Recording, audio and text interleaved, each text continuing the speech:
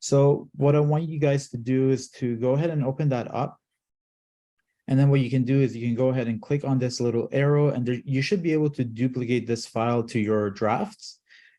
So that should look something like this. So next to the name, there should be a drop down and then duplicate your drafts. And we're going to be working with that draft file. So I'll give everyone 30 seconds here to do that. Yeah, just to take some time to do that. Now, if you have a paid plan, you can definitely go ahead and move that file from your drafts to your paid team. That will give you the advantage of creating multiple modes when it comes to variables, although you'll still be able to follow along with pretty much most of the workshop. So I'll give everyone a few seconds here to do that, and I'll do it actually myself as well. So if you've done that, please go ahead and open up that duplicate, or if you did it in Figma, it should automatically be done. You should already be in that duplicated file. And we'll go through what we're going to be doing today. So the first part, we're going to very briefly talk about some of the Figma new features. Now, there's been a ton of features that they released at Config, and they're still continuously releasing. But the main top three that they talked about and focused on was variables, which essentially allows you to use values to store saved data or any design attributes like colors, border sizes, spacing, and all of that. And then they also introduced dev mode, which allows you to essentially hand off your project to developers in a much easier way. And then also advanced prototyping. So that's sort of where a lot of us have to duplicate our frames, even though they're the same frames, they just have slightly different information. They made that much easier to not need to do that using variables and using conditions and conditional logic through the actual prototyping features. So today we're going to go through the first one here, the variables, and then the advanced prototyping. And I'll go through the project that we're going to work on and what that's going to do. So the second step, we're going to talk about we're going to use variables to create color modes. So we'll create light modes, dark modes as well. And then we'll go ahead and see how is that different from styles, and then how can we actually apply different modes, and how do we change that once we've created different modes. So we'll go through that. And then the third step, we're going to come and use the variables and add some conditional logic to create an actual working prototype for this checkout page. So as you add items to your cart or remove them, it will go ahead and actually reflect on the total, the subtotal, the tax amount, and all of that. So it looks like a real life prototype. And as an exercise, now I can talk about this at the end of the session, but as an exercise, feel free to add more products later on after this workshop and create an empty cart page. Now I'll go through that a bit later. For number 2 and 4, again, it would be best to have a professional account. So especially if you want to add more products, you will need to create more, or have a professional account to do it, to create up to 4 modes, I believe. And same thing here for the color modes. But if you don't have a professional account, no worries, you can follow along with creating one mode. So without further ado, let's get started. We'll go ahead and go to this page here, mockup, where you'll find this checkout page that we designed in the first workshop. There's a frame checkout page, and then there's a component here that we designed for the items. And what we're going to do for the first step is we're going to go ahead and use some of the styles that's already in here and add them as variables. Now, where do we access variables? So the first thing you want to do is make sure that you don't have anything selected in your canvas. So if you have something selected, go ahead and click somewhere else on your canvas that's empty, and then you should be able to see this local variables over here. Once you see local variables, go ahead and click on it, and then it should open a table like this. And now this table right now, it's empty, there's nothing in there. And this is initially what that would look like. So anytime we want to go ahead and create variables, we can go ahead and do that from here. Now there's 4 different types of variables that we can create. There's color ones. So this is going to be the first part of our workshop where we'll use color variables. There's number variables that can represent things like total number of items in the cart, or your border radius, and so on and so forth. And then there's string variables, which could represent things like the name of the items here, or different text properties where you can't use a number and you want to use an actual text in there. And then lastly, there's a Boolean type of variable. So this is great for things like whether you want to show a certain item in your frame or not. And we'll use pretty much all of these types of variables today in this workshop. So before we do that, I'll go ahead and explain right now on the properties panel, you'll see some styles that we already have set up. Now there's a dark styles as well as the light styles here, as well as this primary color here. So that's 5 different colors that essentially we're going to turn into variables and use it that way. So to do that, let's go ahead and click on create variable, and we're going to do that and rename each one of them based on the color styles that we have. So by creating a variable, you should already be able to edit it.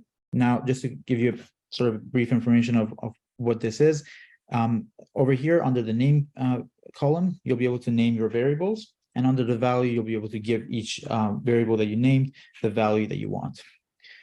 So it's sort of similar to styles, but the difference is you can create different modes. So you can have a light mode and dark mode and not have to create multiple styles for each one of them.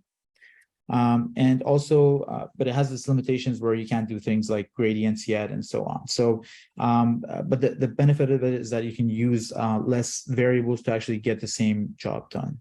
So we'll go ahead and rename this one primary. And let's go ahead and create another one and call this our background. Now I'll go ahead and in a second set the actual values as well, but for now, let's go ahead and create all 5. We have primary text. And let's create another one called border. And lastly, we have card background. There we go.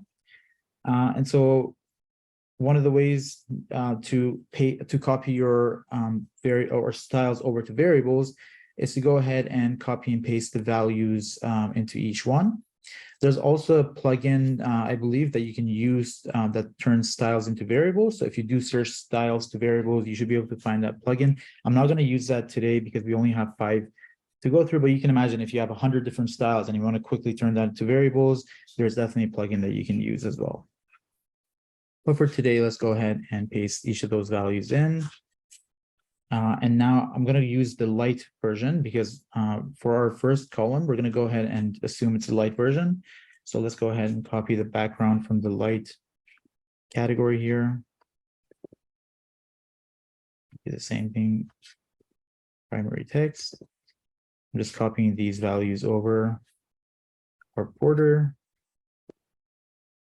and our card background. It should be the same, so that's good. Awesome. So now we have these variables, and what you'll notice is that these variables are stored under a collection. So essentially, collections are a way to organize different variables. So you can think of it as different pages in your design file. So if you want to have a color collection, you can have a border or a spacing collection.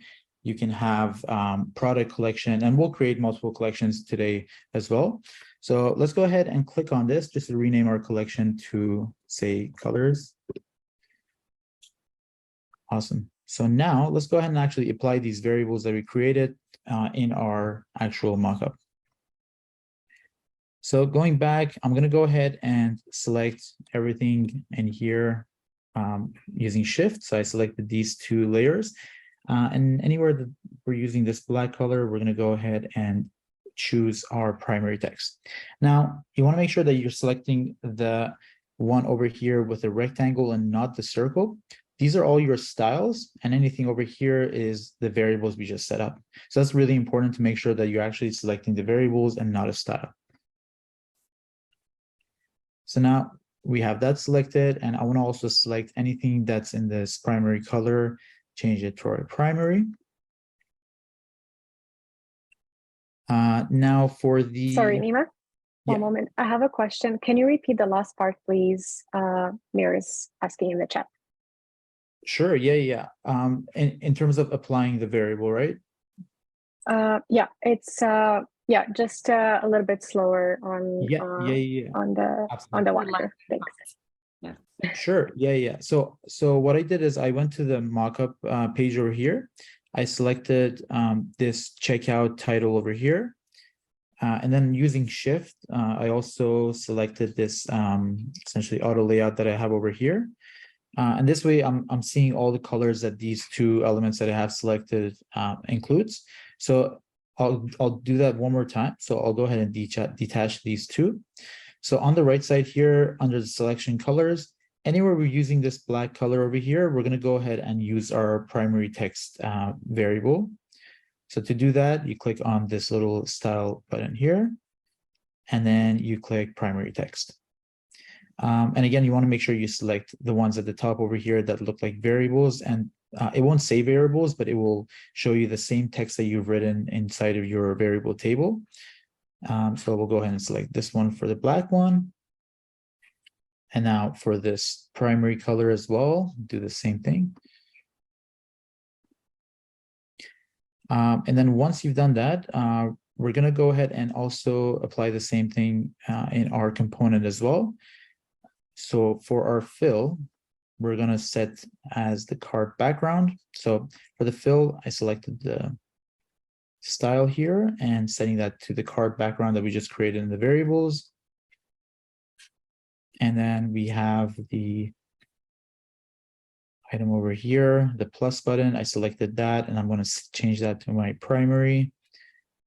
And now I'm going to zoom in and just see anywhere else that I have text. So this text over here, and also holding Shift, I'm going to select this text over here and set those to our primary text. And now those should be connected as well. The one thing that's not connected yet is my border color. So I'm going to select that one more time, the entire component. And for the stroke, I'm going to go ahead and select the style and do border as well. And also this image over here, I'm going to double click until I have this image selected. And for the stroke, I'm going to go ahead and also set it to border. I believe that's everything.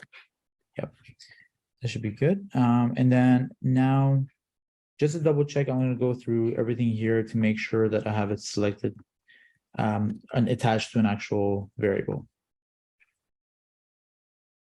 And it looks like I do. For this line here that we have in the middle, we can also attach it to a border variable.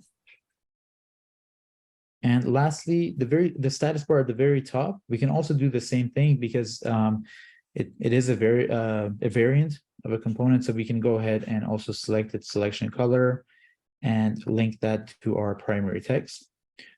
And so now everything here, I believe, other than I think the background is left and the button over here. So let's go ahead and connect those ones as well. Select button. Sorry, Mima, just a note as well, if we can go a little bit slower too. Sure. Yeah, absolutely. Awesome. So, and then, yeah, once you click on the button and you connected the selection colors to primary, let's go ahead and select the entire frame. So make sure you have the entire frame selected here. You can see it in the layers panel as well. It's selected. For the fill, instead of this color, we want to actually set it or link it to a variable that we just created for the background. There we go. Awesome. So now I believe everything's linked, and you can check by clicking different elements. So I'll give everyone here a few seconds to go through that, double check that everything's connected to an actual variable that you created. So I'm going to do the same as well. Go from the top one more time. It's connected to our primary text.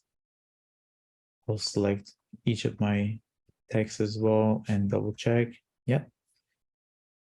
My border is also connected to the border style. This is connected, and my button is also connected. So we'll give everyone here a few seconds if you haven't done that to make sure you do that.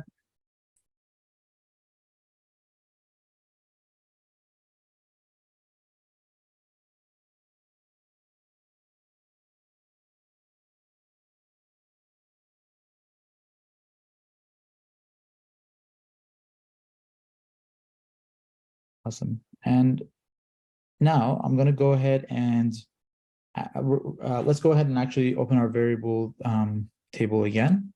So make sure you don't have anything selected on your canvas. Over here for local variables, let's click open variables. And now we have all pretty much everything here linked to a variable. So how do we actually create a dark mode? Well, with variables, it's much easier than before, because instead of creating your frames or duplicating your frames and attaching them to different styles, because everything's already attached to one variable in one frame, you can create different modes of variables. So you can, for example, double tap over here instead of the value of this column. We can name this light. And then we can go ahead and click this plus icon for new variable mode. And now we have another set of column, and we can call this one dark. Now I'll pause here. If you don't have the professional account, you might get stopped here by Figma. So that's one of the limitations they have right now. I'm not in love with it, but they've done it so that you can only create one variable when you have a free account.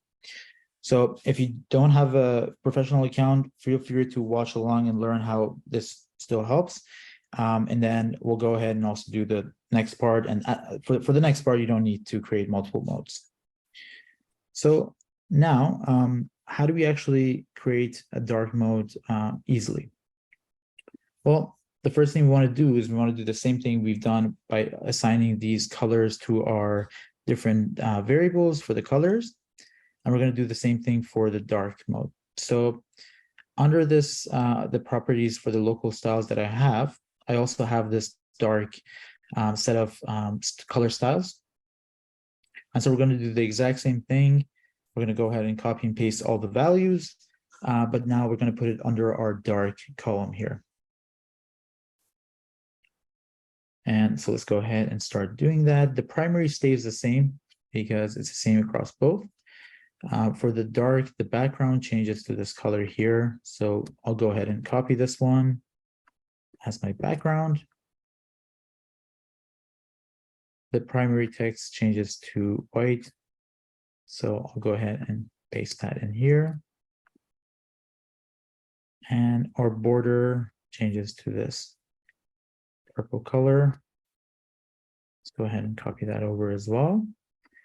And lastly, we have the card background. I'm going to go ahead and copy that one, paste it here as well, and close this out. So now in my variables table for under the colors collection, I have two different modes.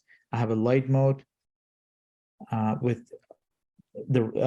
all the different rows of different properties that I assigned. So we have the primary color, background, primary text, border, card background, but they have different values under each column. So we have a light column, we have a dark column, and they have different properties across each. So what this allows you to do now is, if you close that out, if you have a layer selected, so let's go ahead and select our entire checkout page here. Now you'll see a little new icon over here on close to the layer text over here, and it's called change variable mode. So because we have multiple modes now, this button will appear to allow you to select your mode. Now by default, if I select it, go under my color, I can see I have the different modes here now. By default, it's set to light because that's the most left column. So they'll assume that's the default.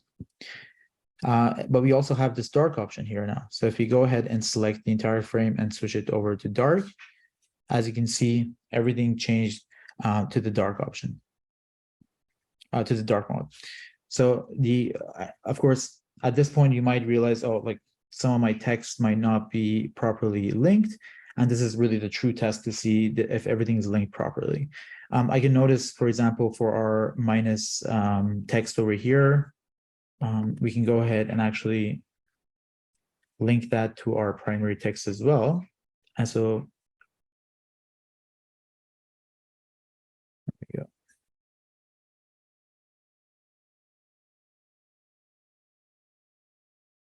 Now, if we go ahead and select auto, save. Okay, so sometimes it does this where you might need to like close Figma and open it up again. Variables is in beta, so it's not perfect yet, but if you do link things, it should link properly. And so now one of the cool things about it is if you have, let's say you have all your frames under one section, and you want these frames, all of them to change to different modes. You want the frame or the section to change to a dark mode versus a light mode. We can do that simply as well. I'll create a new section here. So you can do that by going under this tab over here and selecting section. I'll draw a section around our frame. Let's go ahead and set the fill to darker fill here. And I want this section I want to go ahead and rename it to our dark mode. Now, I'm going to go ahead and select the frame inside and make sure that you leave this on auto. Now, the reason for this is because this frame right now, the checkout page frame, is inside of this parent section. If you wanted to change based on the parent section, which is what we wanted to do, you want to make sure that you leave it on auto. Otherwise, this part wouldn't work. So then for the section here, I can go ahead and do the same thing. We can go to the layer, set the color variable to dark, and there you go. If you have multiple, just as an example, you don't have to do this part. Just as an example, if I duplicate this page, now we have like everything in this section as dark mode. If we, let's say, grab one of these frames and take it outside of our section, it switches back to light mode because that's the default mode. So that allows you to quickly, let's say, show developers or other people in the team what a dark mode could look like without needing to create duplicates of the same frame. So I'm going to go ahead and just get rid of this section here. And I'm going to go back here. So that's essentially how you create different modes for your colors. We created the light mode, attached every property here, every object to that light mode. And then we also created the dark mode, and we tested how we can actually do that. Now, if you have, similar to what we just did with the section, you can always change your page's entire variable mode as well. So if you want everything in your page to be shown as a dark mode, you can do that as well. So all the frames that you have in that page will now start using the dark mode. I'm gonna go ahead and select auto, go back in here. So that's the first part of our workshop. Now, what we want to do is we want to actually link everything and create a realistic prototype using a different set of variables in order to keep track of how many items we have in this cart, what the subtotal is, the tags, and the total, so that when we actually hand this off to a developer or someone looking at this, potential stakeholders, they can see what an actual product could look like within just the actual prototype and not having to create multiple frames. So before, we might have to, maybe you found a way to make this working by letting users click the plus icon, and that would take you to a different frame that has that quantity go up. Now you don't need to do that anymore. Within the same frame, you can do that with variables and with advanced prototyping. So in order to do that, we need to actually link every product that we have here to a variable. Now, if you're using a free plan here, what I recommend doing is actually deleting one of these product cards and following along with just one. In order to create multiple product, essentially linking multiple products to your variables, you'll need to, again, use multiple modes. And so if you don't want to do that, if you have the free plan, I recommend doing that. It will still work, and you'll still be able to see everything dynamically changing based on what you click. So let's go ahead and now create a variable for our products. So we see our product over here has a bunch of information, such as the name, such as the current or the price, as well as the size. And then we also have this number over here, which represents the quantity of items I have added. So what we want to do is we're going to, again, go ahead and open local variables. And over here, instead of colors, let's select it and create a collection. So this way you can create new products or new collections.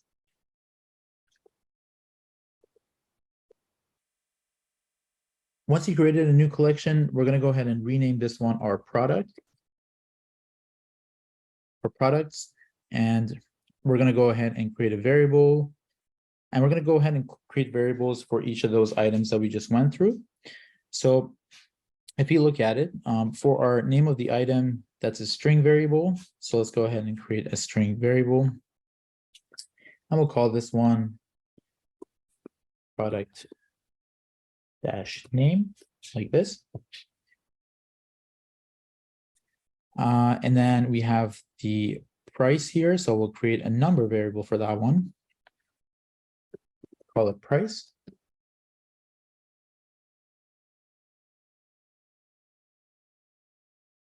And put that as a text variable, although you can also use a number one, but for the purpose of this one, we're going to go ahead and use a string variable. Let's call it size, or actually, before assigning any variables or any values to them, let's go ahead and create all of them.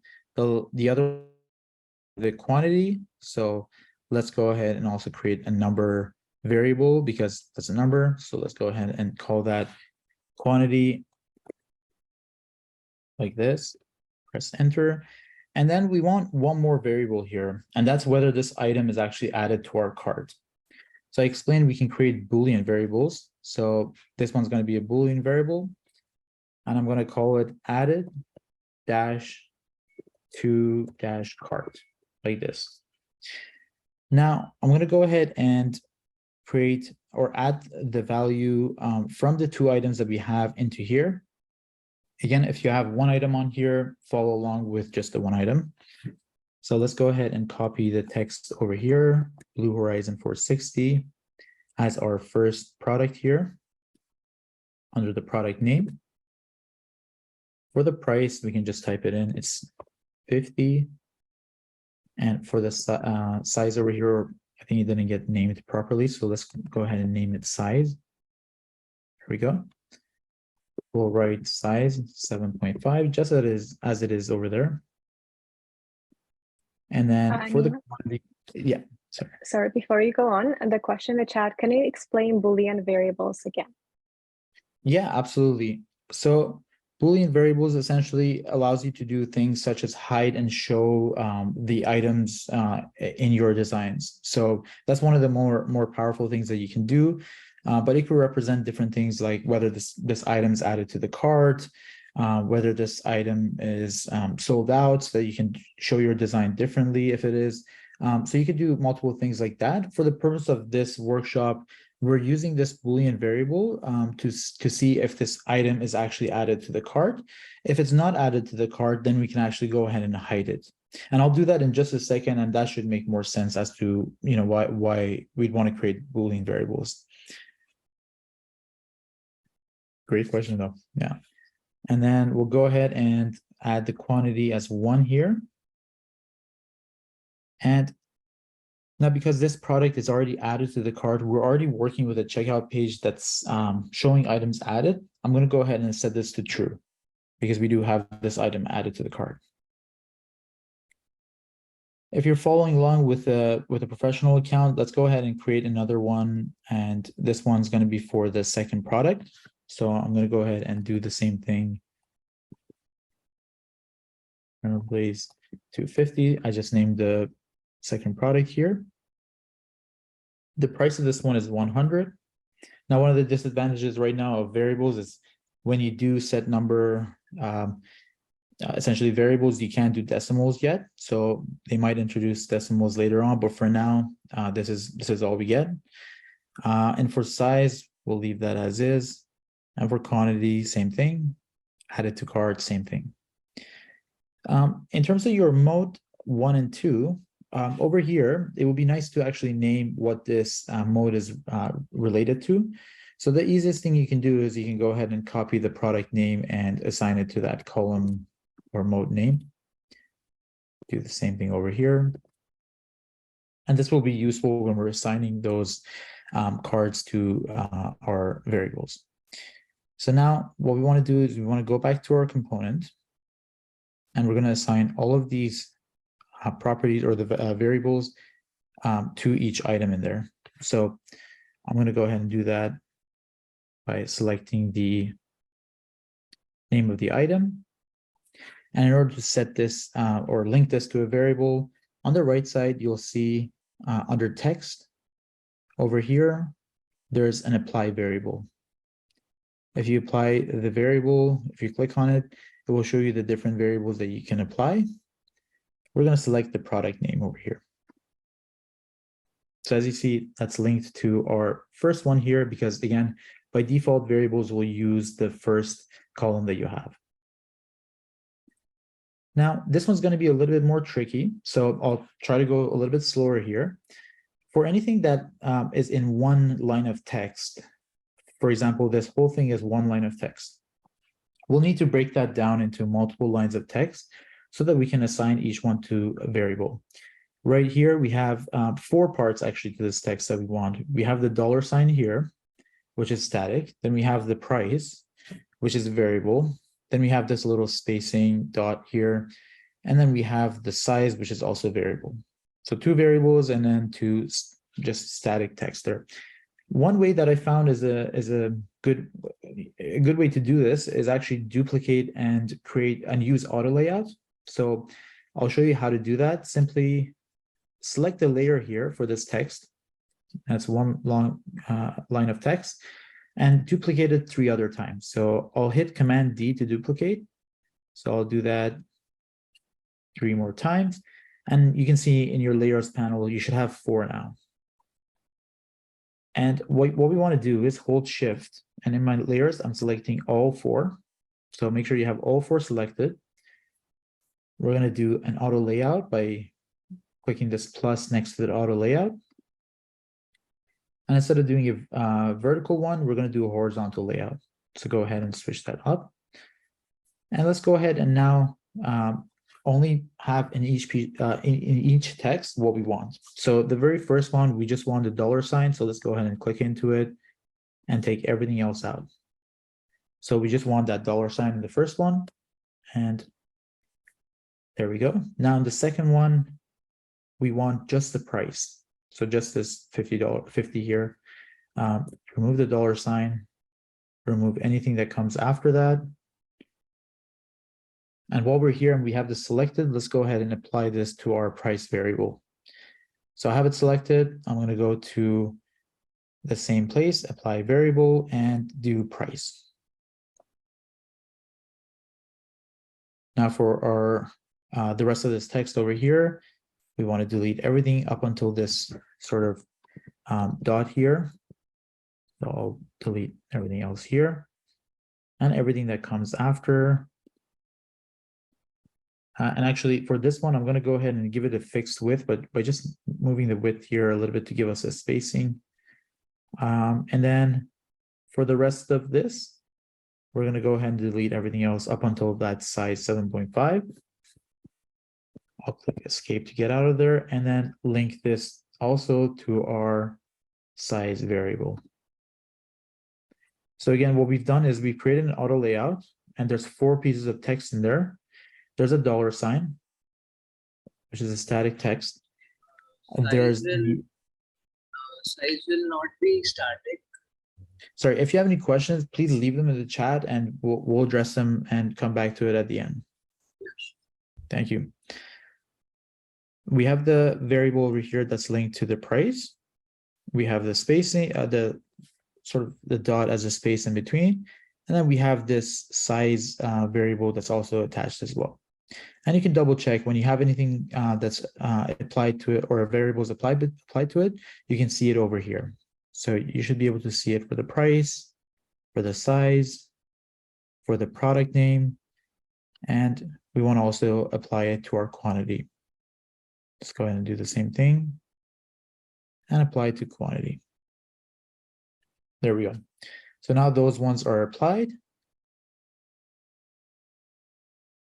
So over here, as you can see, this one is giving us a bit of an issue. So if you're using the professional account, you have two products, go ahead and select that one and do reset all changes. There we go. And so now, in order to differentiate between the two, we're going to go ahead and click the first item here and apply a product variable. So let me go ahead and close this up here. So make sure you have the first variant of that item component and select this apply or change variable mode and do products below horizon 460, which it already is selected by default. And for the second one, we want our Inferno Blaze 250. Now, one disadvantage of variable right now is that images are not a variable yet. I think they're working on it. There was a blog that mentioned that they're working on this. So for now, you'll have to actually manually select this image here. And into the fill that we have here called image, you want to go ahead and switch over to libraries. And I should have this one as a style that you can use. There we go. So that's looking pretty good. Those are all linked to variables now. And now we want to go ahead and link everything else over here to a variable as well. So in order to do that, we're going to do the same thing that we did, the same trick with auto layout, but over here. So let's go ahead and select each line of text over here where it says 150 or $150, and then go ahead and duplicate it. Select them together, add auto layout, do the horizontal one. And for this one, we're going to go ahead and do the exact same thing, remove the amount. And from the second part, we're going to remove the $sign. Now, let's go ahead and select that auto layout frame and just make sure that it's right aligned. So in my constraints, I want to go ahead and actually make sure it's right constraint. This way, if the number grows, it doesn't spill over to the other side. So now that's good. Now we can link it to our other variables. So we'll come back once we create the variables for the subtotal, tax, and total. But while we're at it, let's go ahead and make sure that we apply the same or have it ready to be applied to a variable. We'll do the same thing for our tax. So duplicate that here.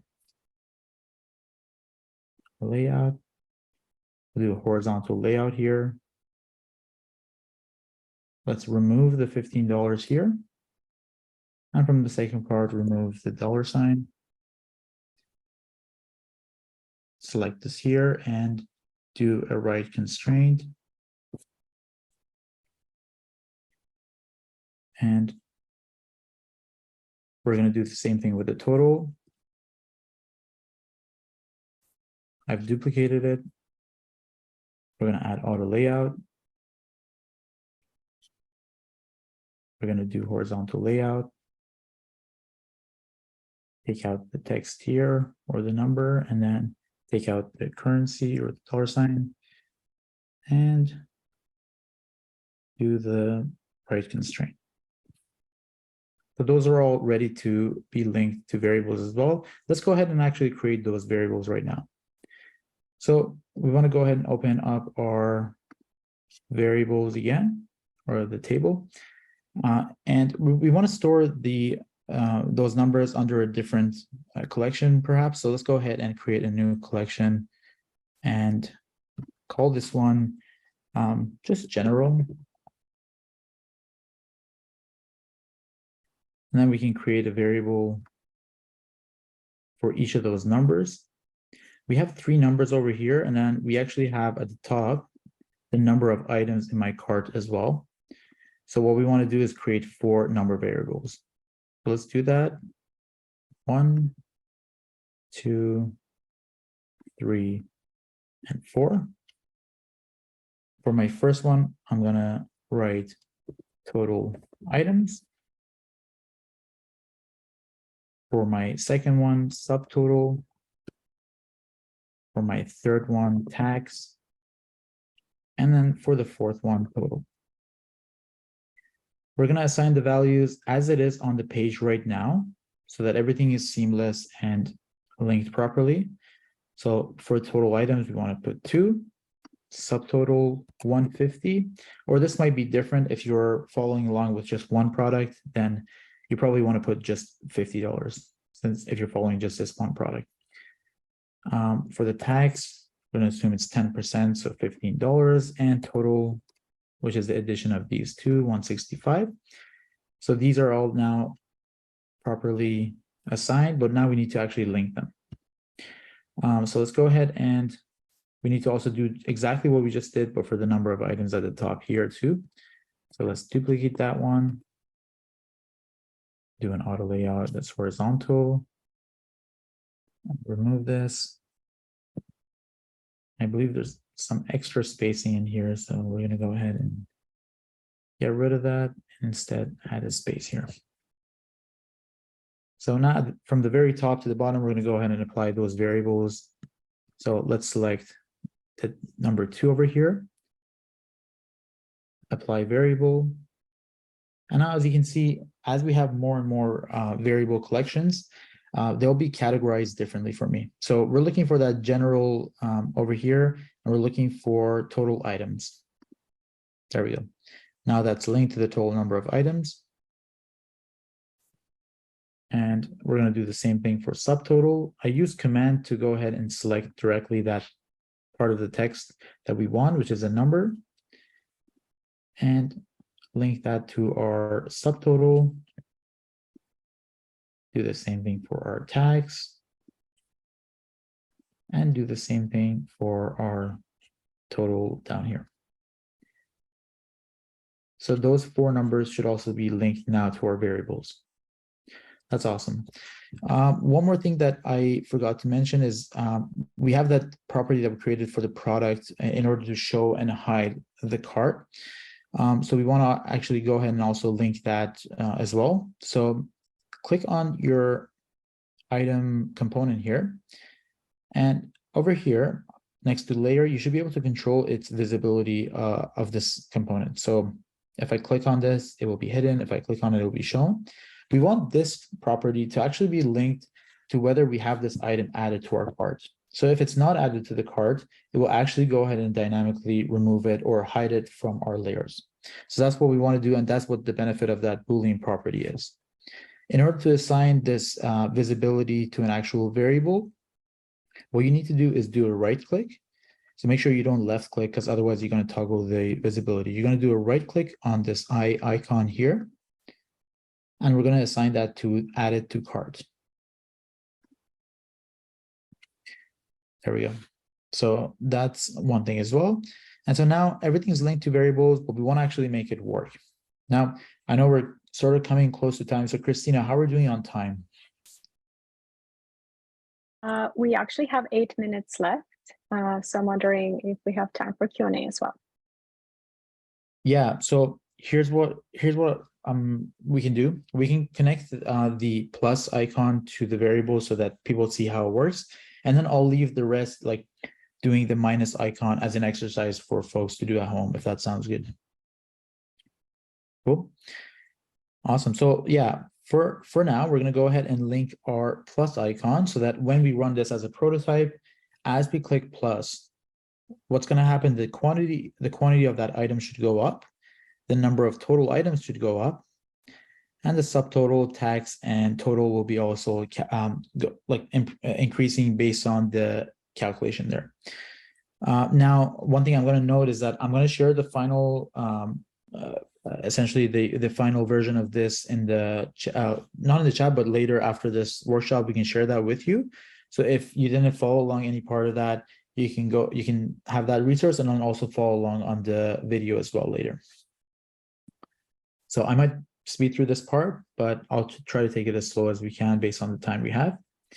So let's go ahead and click on this plus icon over here and switch over to our prototype tab.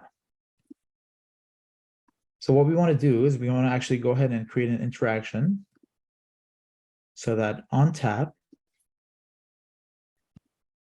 we're going to click, well, what's going to happen when people tap on this plus. You'll notice there's two new options here. There's a set variable and there's a conditional. For now, we're going to go ahead and click on set variable. And our goal is to go ahead and actually change the quantity of this item based on people clicking this button. So on tap, we want to go ahead and search for quantity here. So under our products variable quantity, we're going to select that one. And then we're going to change it to, so right now we have the ability to assign that variable to a new value. Right now the value is 1. So what we want to do is we're going to go ahead and take the current value, which is also quantity. So let's go ahead and select quantity again. And we want to do plus, or you can do addition from here if you want to just click and type 1. So that will take the current quantity and add 1 to it. So in this case, it should do 1 plus 1, so it should become 2. And already, because that's everything's linked now, if I go ahead and run this in prototype, so if I do present, if I click plus, as you can see, the quantity of that product is going up. Now, nothing else is changing because we only changed the quantity. So in order to link everything else, or to make it so that it's changing all the other properties, we need to continue creating more set variables. So we need to do one for, I'm going to go ahead and add another set variable and change the product, or the total item, sorry, and do the exact same operation. We're going to do total items equals total items plus 1. And we're going to do another set variable, and we're going to do subtotal equals subtotal plus. This time we're not going to write 1 because we're going to base it on the price. So based on the price of the product, we should add the subtotal, or add the price to the subtotal that's currently there. So to do that, under products, click on price, and you should be able to see that here. There we go. And then we have 2 more operations to do, or 2 more set variables. We're going to set variable. I'm going to search for tax. Now I'm going to equal tax to subtotal multiplied by 0.1. And lastly, set variable total down here to subtotal plus tax. Because what we're doing for the total, we're adding these 2 numbers together. For the tax, what we did is we took the subtotal and multiplied it by 0.1, because that's what the tax in this case is 10%. And then for the subtotal, what we've done is we've taken the subtotal, whatever it is, and added that $50, for example, to it, if we're clicking plus on that one over there. So now our plus icon should pretty much work with everything else. So if we refresh that here, if we click plus, as you can see, my totals are changing, my total number of items are changing, and I can do that with the Inferno Blaze here too. Because I've assigned those 2 components, it works on both. All right, let's continue linking our prototype. We've already linked our plus icon over here, so that will go ahead and essentially increase the count on our total number of items, on our subtotal, our tags, our total accordingly. So now we want to actually apply the similar logic, but for our minus icon. So as we click minus, we'll go ahead and remove quantity from our cart or product cart, and actually go ahead and reflect that on the total number of items, subtotal, tags, and total. So we already applied a bunch of logic. So we're going to go ahead and apply similar ones to our minus icon. So let's click it and add an interaction where on tap, you set the variable. We're going to set quantity equals quantity minus 1. Because again, we want to go ahead and set the quantity to what it already is. So let's say the quantity is already at 5, and remove 1 from it each time that you click on minus 1 or minus. So we have that one now. Go ahead and set table. We're going to change our total items to also total items minus 1. And we're going to set variable where we're going to go ahead and calculate our subtotal by equals to subtotal, whatever it is, minus the price of our item. Let's do the two other operations. So that's tax equals tax, subtotal times 0.1. And add another one for set variable total equals to subtotal plus, subtotal plus tax. That's right. Because we're redoing the calculation again after we've changed the number or the subtotal and removed that price from the subtotal. So we're running those operations again. Now there's one thing wrong with this, but I'll show you what's wrong after I go ahead and preview this. Let's go ahead and preview it. And as you can see now, if I click plus, number of items goes up, subtotal, tax, and total goes up. And if I click minus, it will go down. But one problem, if I keep clicking minus, it will keep going into the negatives. And obviously we don't want negative product. So what we want to do is we're going to go ahead and add conditional logic so that when it reaches a certain item, which in our case should be 0, it deletes or removes that product from this page so that you can't do that anymore. You can't keep going to the negative quantity because of course that's not a thing, right? So we're going to go back and we're going to go ahead and click on this variable again, this minus icon again. And we're going to do add action and we're going to do conditional. So what's a conditional? Essentially, conditional allows you to set conditions. So when a variable reaches a certain amount or quantity and so on, then go ahead and do the following actions. So what we want to say is if the quantity reaches or equals to, I can do all these other operations, but we want equal to 0, meaning that we've removed enough products that now the quantity should get back to 0. So what we want to do is now add an action, set variable. I want to scroll down and change this added to cart to false, meaning that that item should not be part of the cart anymore. So what would that do? Well, because we already have the item under design, the visibility attached to added to cart, if this added to cart changes to false, this product shouldn't show anymore in our list of products. So let's try that. Let's go ahead and just go back into this interaction. So let's run that one more time. I'll press R on my prototype to reset it. I'll add, remove. There we go. As soon as I got to 0, it removed that product from my product cart or from my list of checkout. Now if I click plus, it will go ahead and add more on this product. And similarly, when I get to 0, everything should be 0.